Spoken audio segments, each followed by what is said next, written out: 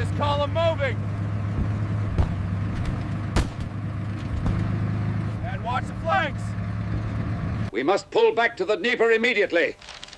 The 6th Army is surrounded, sir. We cannot hold this position.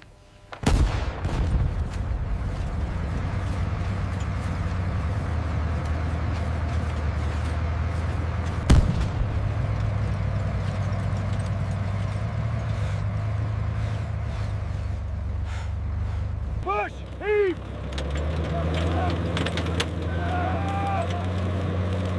Come on, man! Keep it moving!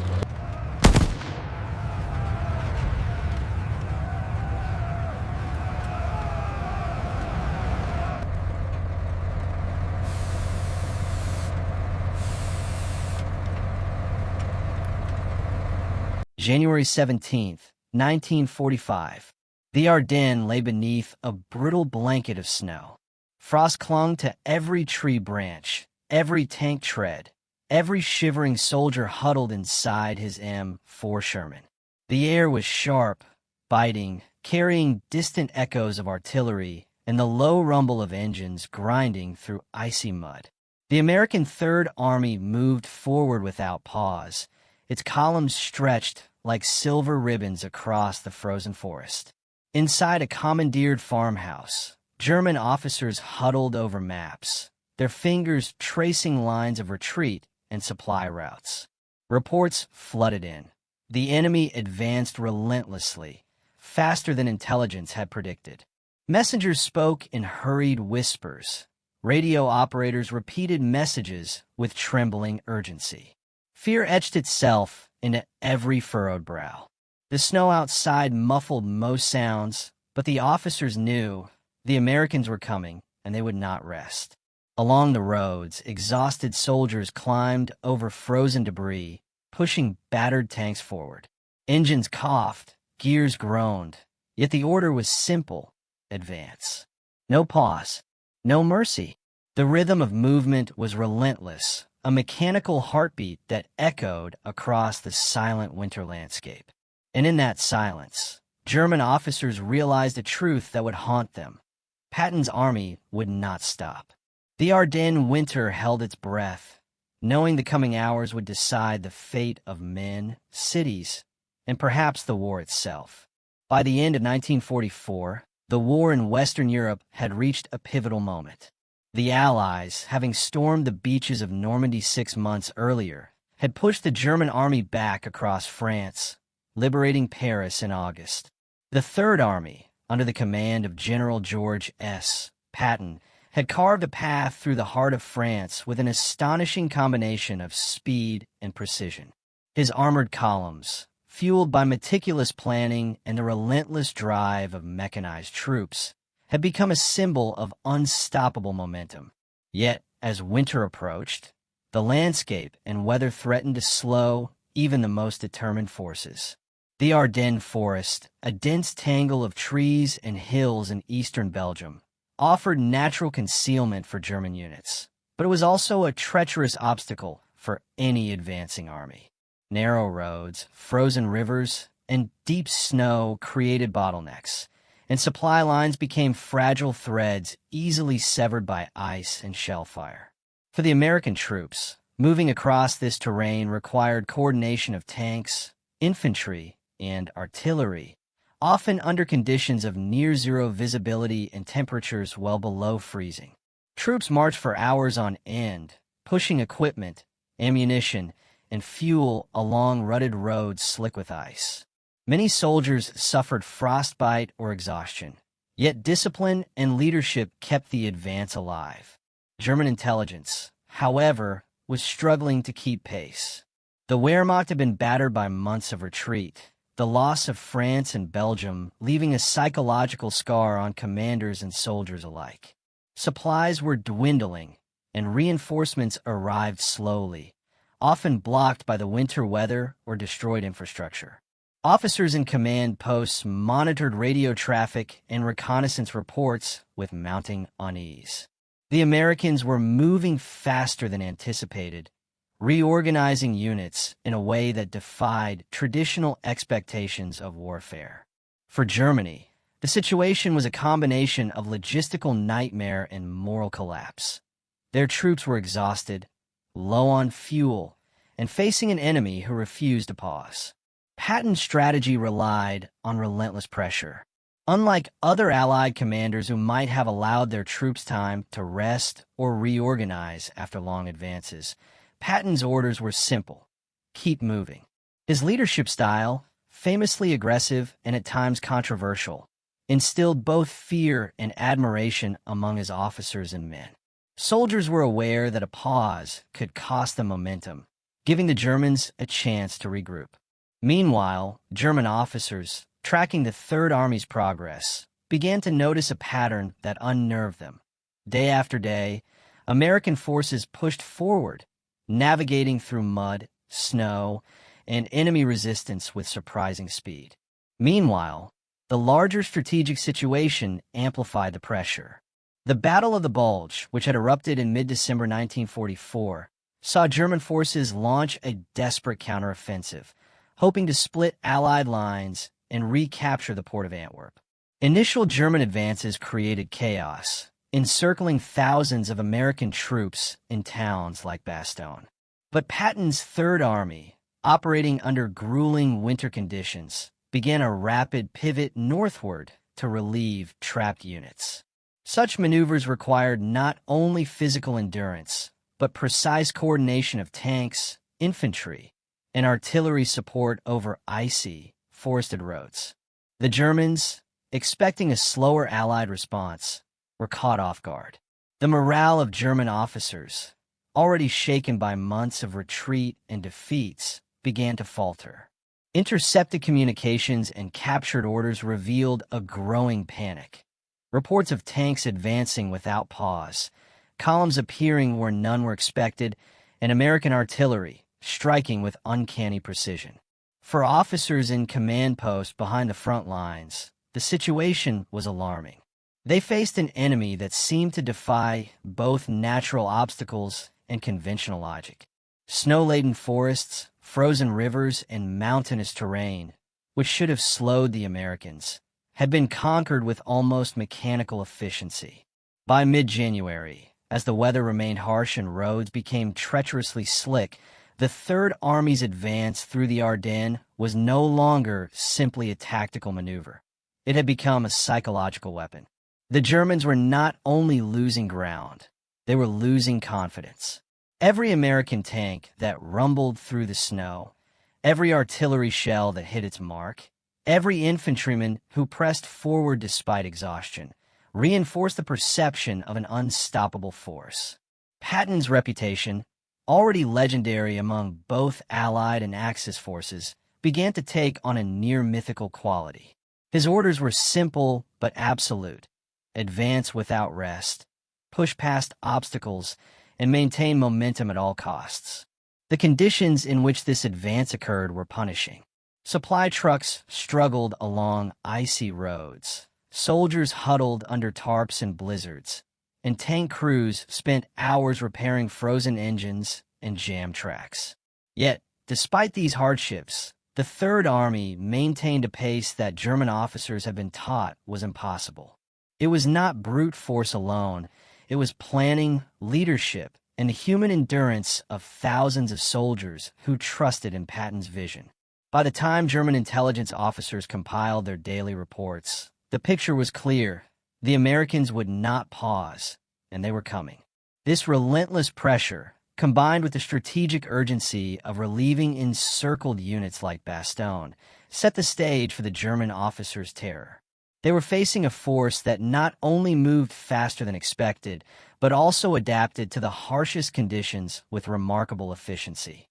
The Ardennes winter, the roads clogged with ice and snow, and the ever-present threat of artillery and airstrikes could not stop the advance. Patton's army, moving without rest, was rewriting the rules of engagement and pushing the German command into a state of heightened anxiety. The stage was set. The Ardennes, winter-struck and silent under heavy snow, awaited the confrontation that would define not only the battle, but also the perception of American resolve and the fear it instilled in German officers. Momentum, exhaustion, leadership, and terrain were converging into a moment that would be remembered long after the war. The relentless advance of Patton's Third Army in January 1945 was more than a feat of brute force. It was a demonstration of operational genius under extreme conditions. Mechanized columns moved with precision, tanks slicing through the snow-covered roads, infantry slogging through knee-deep drifts, artillery pieces being hauled over frozen terrain with sheer human effort. Supply lines, often thought to be the Achilles heel of any rapid movement, were stretched across hundreds of kilometers. Yet the logistical network held. Convoys of trucks and jeeps navigated treacherous routes, delivering fuel, ammunition, and rations, often while under sporadic artillery fire or aerial harassment. The meticulous planning that Patton had invested in months earlier was now coming to fruition, each movement calculated to maintain momentum despite the bitter winter. Patton's leadership style was unconventional and uncompromising. Unlike commanders who paused to consolidate gains or allowed troops time to recover, Patton demanded continuous movement, believing that momentum was itself a weapon. Reports from division commanders emphasized his insistence. "We cannot rest. The enemy must never breathe." The psychological weight of this expectation fell heavily on his soldiers, but also forged a relentless discipline. Men marched and fought in exhaustion, yet they moved with purpose, confident that their commander's vision would yield victory. The combination of speed, endurance, and coordination left German intelligence officers scrambling to predict American movements. The Germans, already reeling from the collapse of the Western Front, struggled to interpret the implications of Patton's rapid maneuvering. Field reports described armored columns appearing in unexpected locations, bypassing entrenched positions, and forcing retreats that commanders believed were impossible under the conditions. The Ardennes, with its dense forests and winding roads, should have acted as a natural barrier. Yet American forces navigated it with a mechanical persistence that confounded German planning. Officers in command posts transmitted anxious messages. Supply lines cut, positions overrun, reinforcements late.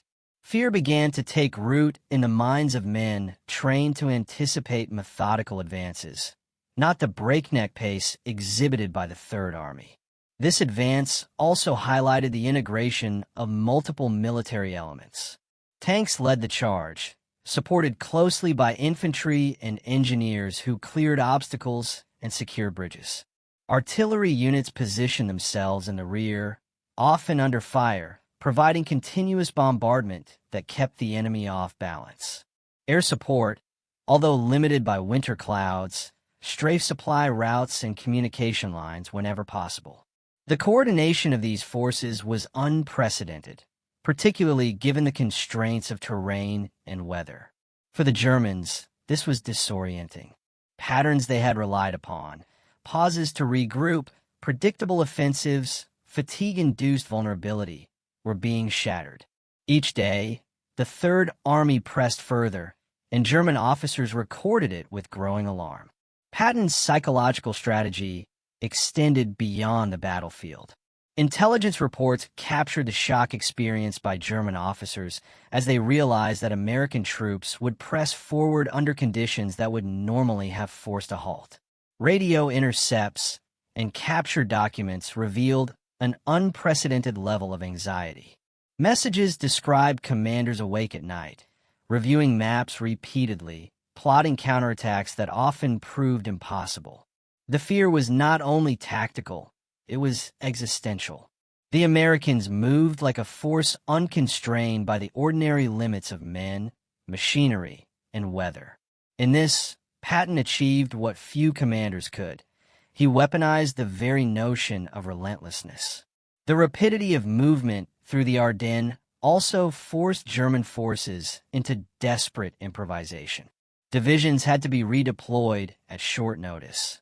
Infantry units were rushed forward without full reconnaissance. Armored units were left to make split-second decisions in unfamiliar terrain. Orders were sent, intercepted, and repeated with increasing urgency. The Americans were advancing, and the usual calculations of defense were failing. German morale, already fragile from months of retreat across France and Belgium, began to collapse under the weight of a fear that was compounded by speed and unpredictability. Commanders questioned whether the Third Army could be stopped at all. Amid the snow-covered roads and frozen forests, the human cost of the advance was visible in every exhausted soldier, in every creaking tank, and in every makeshift bridge that engineers struggled to maintain. Yet the relentless pace of Patton's strategy left no room for pause. Each day, the Third Army inched closer to critical objectives, relieving encircled units, securing vital crossroads, and pushing German forces into untenable positions. The advance was a living demonstration of operational art. Movement, coordination, and endurance combined to create pressure that was as much psychological as it was physical. By mid-January, the Ardennes winter had become a stage for a larger story. The forested hills, the icy roads, the battered villages, all bore witness to a military force moving with unyielding momentum. The German officers, trapped behind the front lines, could only watch reports of tanks, infantry, and artillery moving without pause. Their maps, once symbols of control, now represented a narrowing corridor of survival. And in the frozen silence of the Ardennes, a terrifying realization took hold. The Americans would not rest, and the Third Army under Patton would continue its march through snow and mud, reshaping the battlefield with every mile. For the men of the Third Army, the Ardennes winter was an unrelenting trial. Frost clung to their faces, their hands, and even their weapons. Boots cracked over icy roads, and snow seeped into uniforms, freezing fingers and toes. Yet the pace never slackened. Soldiers pushed tanks over frozen streams, dragged artillery through knee-deep drifts, and carried ammunition to the front lines without pause. Exhaustion weighed heavily, and many soldiers admitted later that they were operating on sheer willpower. Letters home spoke not of despair, but of determination, a belief that moving forward was both duty and survival.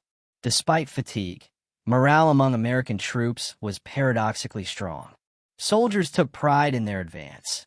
Each mile conquered, reinforcing a sense of purpose. Comradeship became a lifeline. Men shared rations, blankets, and encouragement in equal measure. The human cost, however, was palpable. Frostbite, trench foot, and sleep deprivation were constant threats. Medics worked tirelessly, sometimes in darkness and blizzards, patching the wounded while the army pressed onward. Each soldier, whether infantryman, driver, or tank crew member, understood that the relentless pace was as much a weapon as artillery or armor. This physical and mental endurance became a force multiplier, a demonstration that human will could bend the harshest winter to its advantage. Patton's presence was felt long before his troops arrived. His reputation alone preceded him. Stories of audacious maneuvers, rapid advances, and fearless leadership filtered back to both Allied and German ears. Patton demanded continuous movement, refusing to pause even when exhaustion threatened his men. Orders were precise: advance, advance, and advance again. He believed that inertia was more dangerous than risk, and that momentum could unnerve the enemy more effectively than artillery. He was a master of both strategy and psychological warfare. Patton understood that German officers expected slow, predictable maneuvers in winter conditions. By defying these expectations, he destabilized the enemy even before the first shot was fired.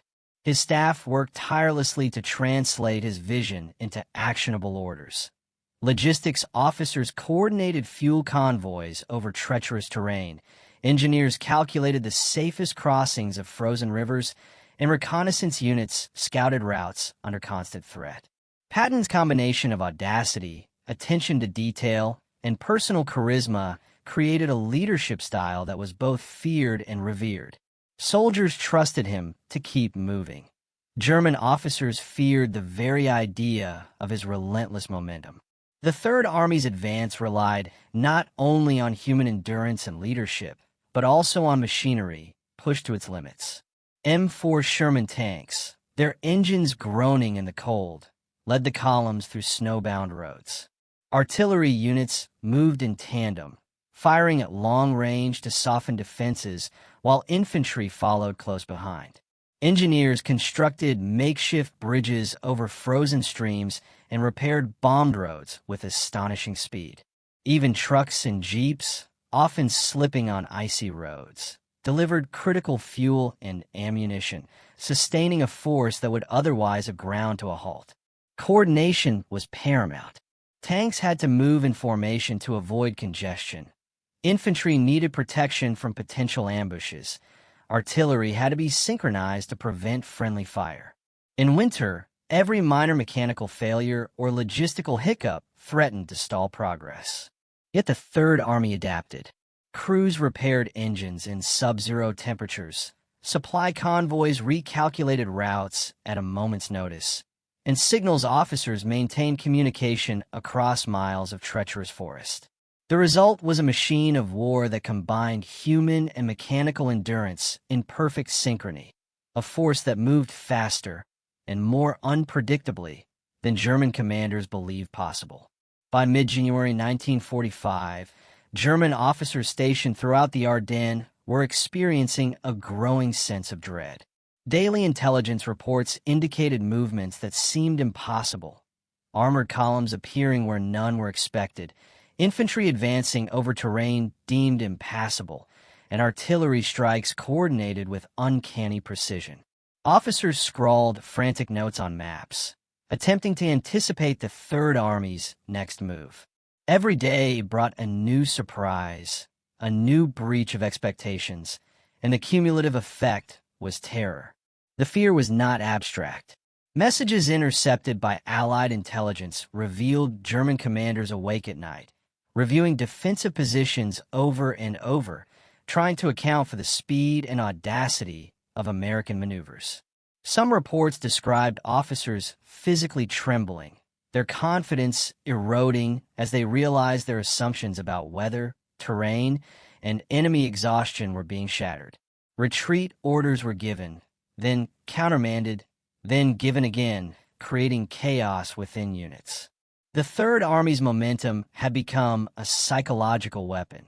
German officers were not just losing territory. They were losing the belief that they could resist.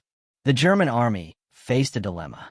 Their defensive doctrine relied on predictable fronts and prepared positions. But Patton's advance ignored these expectations. Roads clogged with snow and ice, previously thought to slow any major offensive, were traversed with speed that German commanders could barely comprehend. Sherman tanks and infantry bypassed entrenched positions, rendering defensive lines irrelevant. German tactical planners struggled to respond. Armored units were redeployed hastily. Artillery pieces shifted at the last minute, and infantry divisions were moved without proper reconnaissance. Every adjustment came too late. For commanders, the pace of American operations broke the rhythm of warfare they had known for years. What would normally take days to coordinate, the movement of a battalion, the deployment of artillery, or the repair of a bridge, had to happen in hours. Each miscalculation left a gap exploited by Patton's troops. The enemy's tactical disadvantage was compounded by the frozen terrain, limited mobility, and the constant pressure of an opponent unwilling to rest. The impact on German morale cannot be overstated. Officers reported that their soldiers, already exhausted from months of retreat across France and Belgium, were shaken by the relentless speed of the American advance. Troops were demoralized not only by the loss of ground, but by the perception that the enemy moved without pause, undeterred by cold, mud, or obstacles that should have been insurmountable. In command posts, conversations were marked by disbelief. Reports described men staring at maps, as if at a puzzle they could not solve. Officers expressing anxiety over the impossibility of anticipating the next move. Even experienced veterans, hardened by years of fighting on multiple fronts, were unsettled. This psychological pressure led to miscommunication, hesitation, and errors, exactly the kind of chaos Patton sought to exploit. By weaponizing his army's endurance and speed, he created a situation in which fear multiplied faster than bullets or artillery could. The Germans were facing a force that was as unpredictable as it was unstoppable, and the mental strain was as consequential as the physical one. Patton's audacity magnified the terror of the Germans. His reputation, already legendary, became a factor in decision-making behind enemy lines. Officers assumed that every American advance was carefully calculated yet executed with ruthless speed. This combination of respect and fear influenced German strategy. Some commanders hesitated, waiting for reinforcements that never arrived. Others overextended positions in an attempt to counter moves they could not anticipate. This interplay of leadership, strategy, and human perception created a compounding effect. Patton's continuous advance not only inflicted material losses, but also destabilized command structures. Officers faced the dual challenge of physical confrontation and the psychological erosion of confidence. In the snow-covered Ardennes, fear itself became a battlefield, and the Third Army's momentum was the weapon striking hardest. December 26, 1944. The Ardennes was a battlefield etched in white and gray, the snow reflecting the pale winter sun. American columns, worn but unbroken, moved through icy roads with mechanical precision.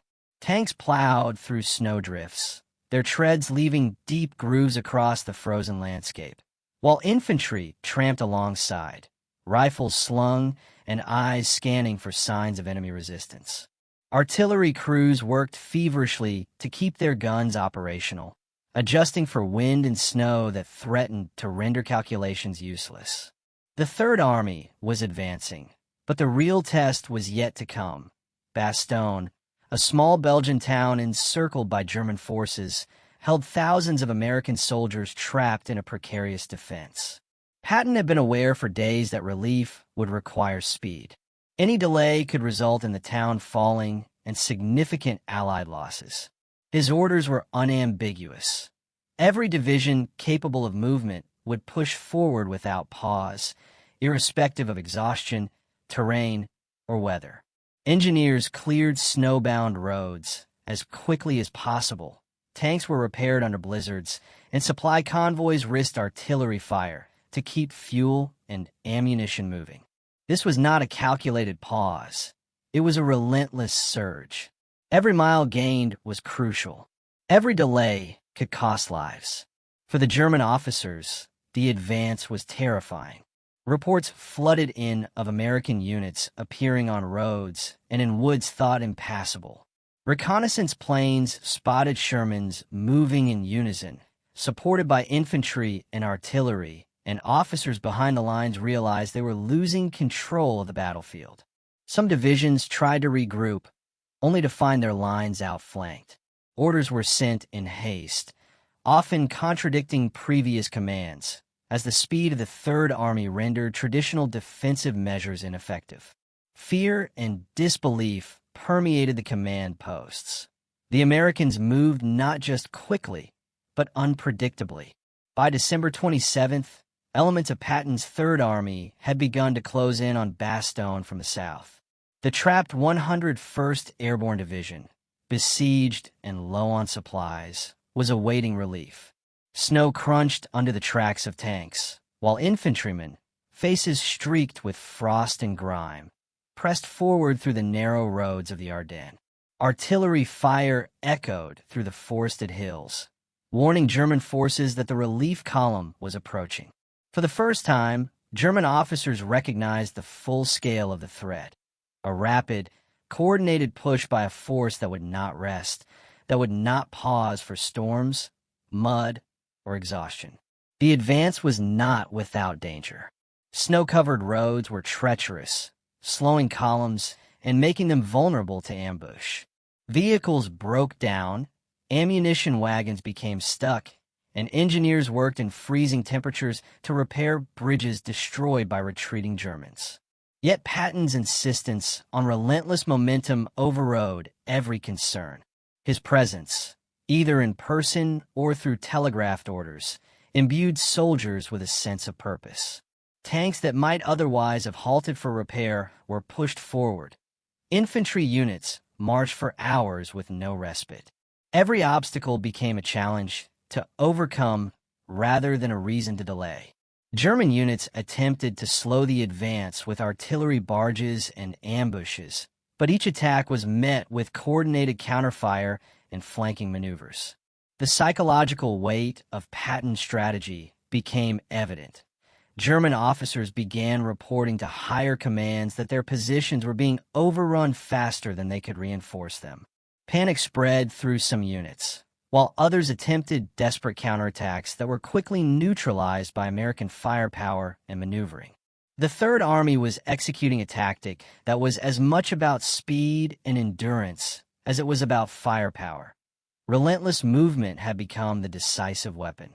By the end of December 27th, Patton's columns were within striking distance of Bastogne, having covered miles of snowbound forest in near record time. Tanks and infantry converged, engineers repaired roads, and artillery secured positions along the flanks. German officers, watching through binoculars and over maps, noted the impossible, a force advancing faster than they had anticipated, with precision, coordination, and determination. The lines on their maps seemed to shrink before their eyes, as the Third Army's relentless advance carved a path through the heart of the Ardennes. The stage was set for the decisive confrontation. The encircled American forces in Bastogne, the desperate German attempts to prevent their relief, and a Third Army pressing forward without pause, refusing rest, and pushing the limits of human and mechanical endurance. The battle that followed would not merely test the soldiers and their equipment. It would test the very limits of leadership, courage, and the psychology of both attacker and defender. December 28, 1944. The morning sun cast a pale glow over Bastogne, but the town itself was a fortress under siege. Snow piled against the streets, buildings scarred by shell fire, and civilians huddled in cellars, fearful of the destruction above.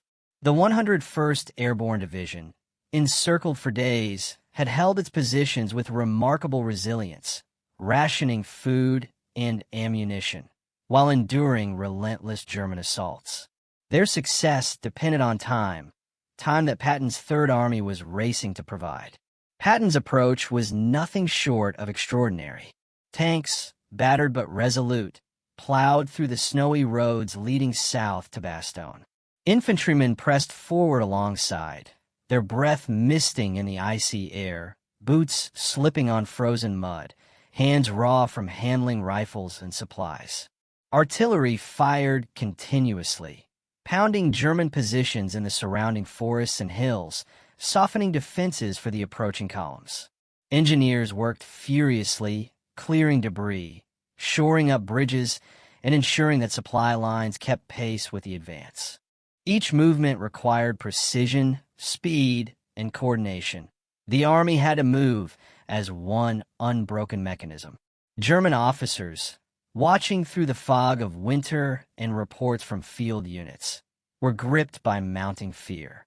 Tanks appearing in unexpected locations, infantry crossing snow-laden fields where retreating forces assumed no one could survive, and artillery striking with unerring accuracy. It was more than tactical skill. It was a psychological assault. Reports described German commanders as staggered and frightened, realizing their positions were about to collapse under the weight of a force that would not stop. Panic trickled down through the ranks as communication lines became overloaded with desperate orders, counter-orders, and pleas for reinforcements that could not arrive in time. By midday, Patton's spearhead reached the outskirts of Bastogne. The clash was immediate. Sherman tanks engaged German panzers in close-range skirmishes along narrow snowbound streets, their engines roaring in the cold air.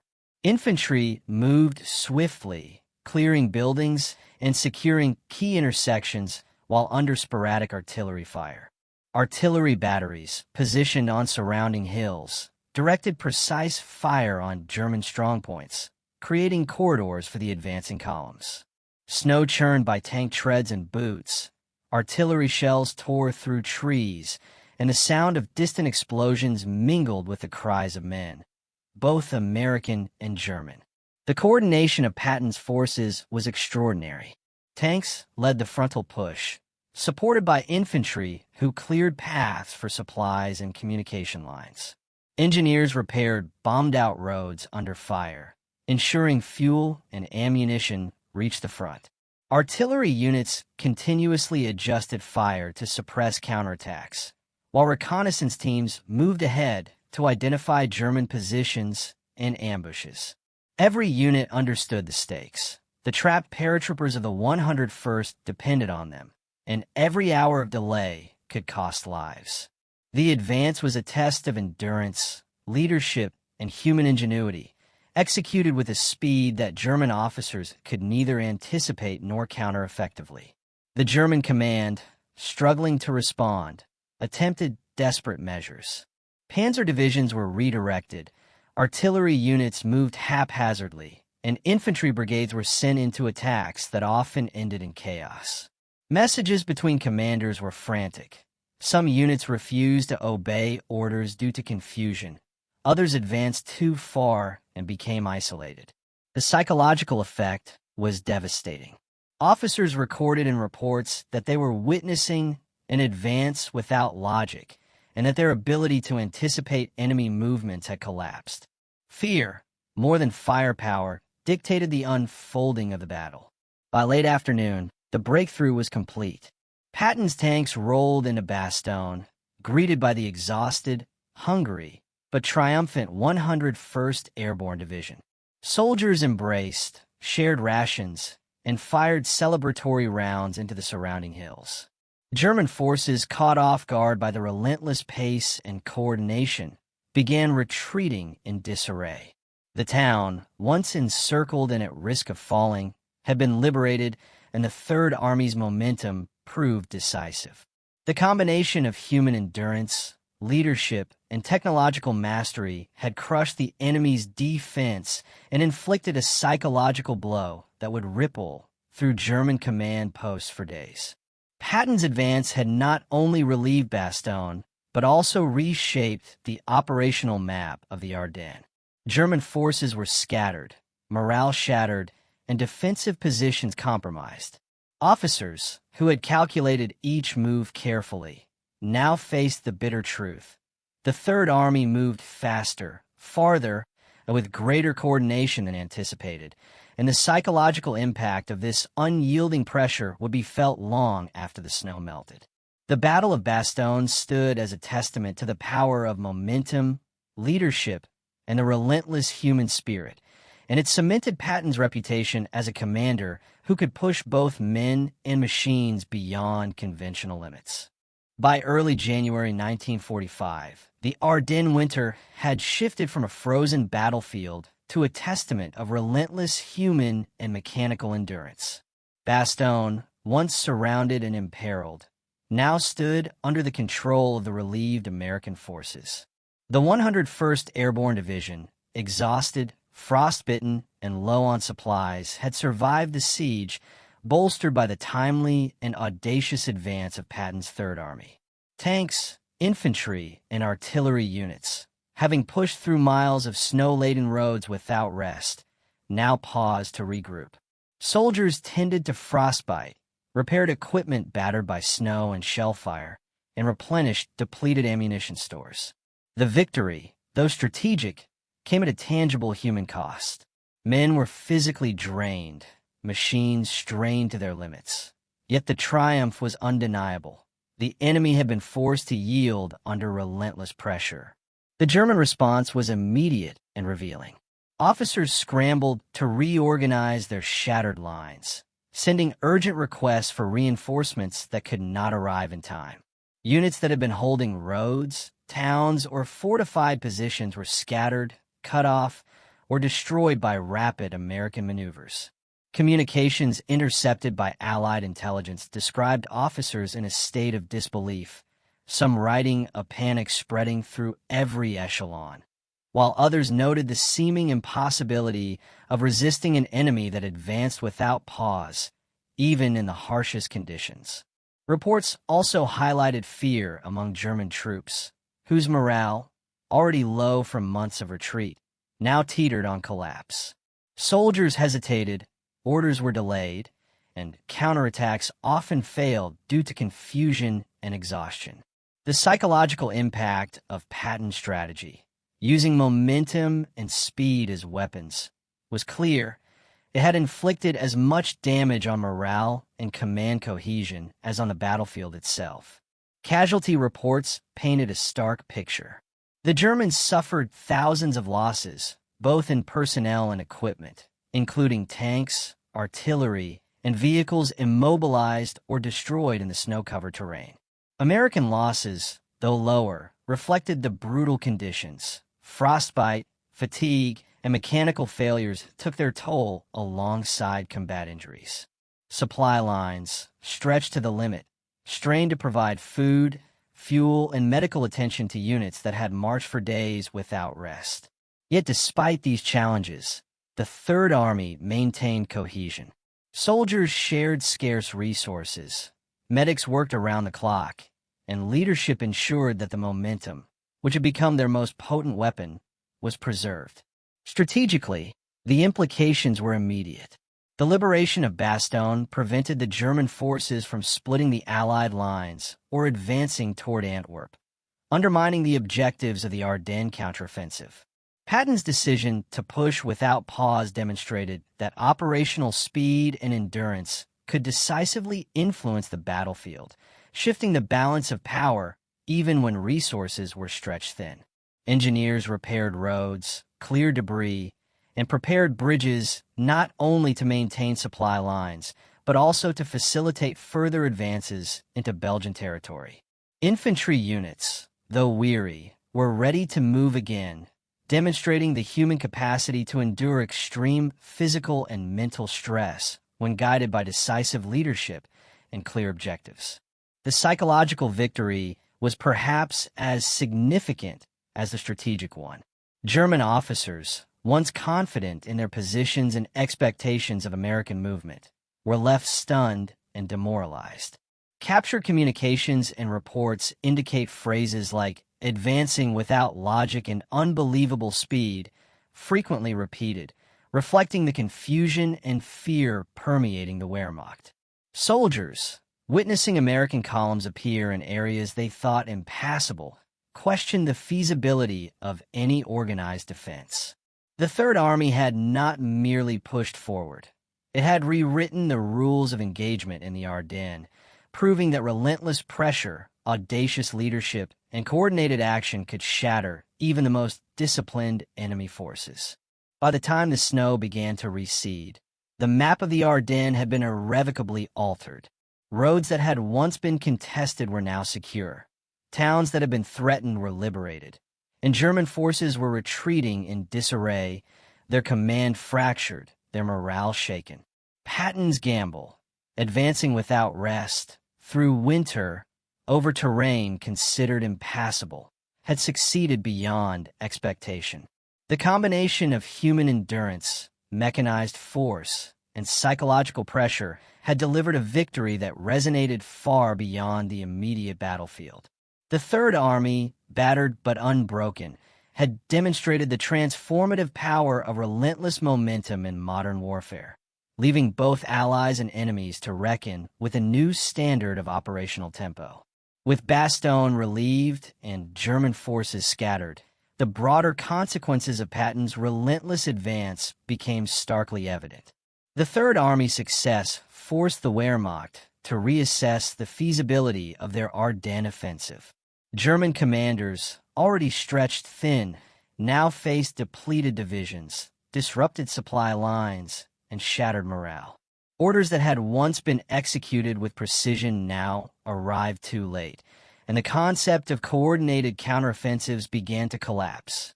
High-ranking officers reported the astonishing speed and audacity of the American advance, noting that units moved faster than humanly possible, often ignoring exhaustion, snow, and mechanical strain. The psychological impact on German command was profound. Fear, disbelief, and a creeping sense of inevitability undermined operational cohesion.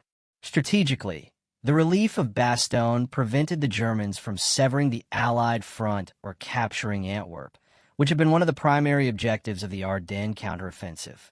German forces were forced onto the defensive, retreating under continuous pressure and losing both terrain and initiative. American logistical planning, though stretched to the limit, had maintained momentum, ensuring that infantry, artillery, and armored units could continue the push despite winter's harsh obstacles. Engineers repaired bridges, cleared snow-choked roads, and kept supply lines operational, turning what could have been a temporary halt into a decisive advantage. The human element was equally crucial. German troops, demoralized by rapid advances and unexpected assaults, began abandoning positions or surrendering in small groups. Officers struggled to maintain discipline, issuing contradictory orders as the pace of the Third Army left them little time to consolidate defenses. Frostbite, exhaustion, and artillery losses compounded the chaos.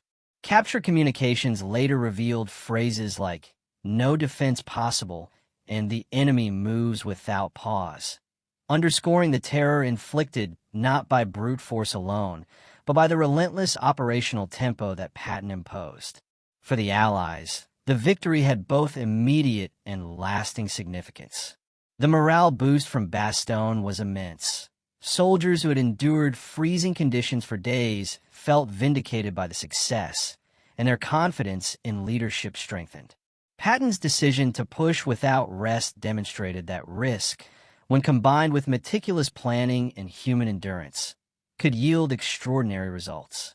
Historians have since noted that the relief of Bastogne stands as one of the most striking examples of operational audacity in modern warfare, illustrating how speed, coordination, and psychological pressure can decisively shape outcomes. The Third Army's advance also had a ripple effect on subsequent operations. German defensive lines were weakened across the Ardennes, forcing further retreats and enabling Allied forces to recapture lost territory more rapidly than anticipated. Patton's men, though exhausted, maintained operational readiness, ready to exploit every opening. Reports from German officers described their inability to predict American movement, a recurring theme that underscored the effectiveness of continuous, rapid advances in disrupting enemy plans. The psychological blow inflicted by this tactic was almost as significant as the physical destruction. Fear, confusion, and demoralization became forces in themselves, accelerating German defeat. In addition to the military and strategic consequences, the battle highlighted the role of leadership and morale in warfare. Patton's insistence on movement, even under dire conditions, demonstrated how decisive leadership could overcome the limitations of fatigue, weather, and terrain. His example forced both allies and enemies to confront a new reality. Operational momentum, when maintained without pause, could be weaponized. The Germans, despite extensive planning and disciplined units, could not withstand this combination of speed, endurance, and coordination. The Ardennes winter campaign became a study in how psychological pressure, logistical excellence, and human determination intersect to create victory. By the close of early January, the Ardennes had been reshaped. Roads and towns that had been contested were now under Allied control. German forces were retreating in disarray, and the strategic initiative had decisively shifted. Patton's Third Army had not only relieved Bastogne, but had delivered a broader, resounding message. Relentless momentum, precise coordination, and audacious leadership could overcome even the most daunting conditions. The victory reverberated through German command posts, leaving officers stunned, units scattered, and morale fractured, a testament to the power of continuous, unyielding pressure in modern warfare.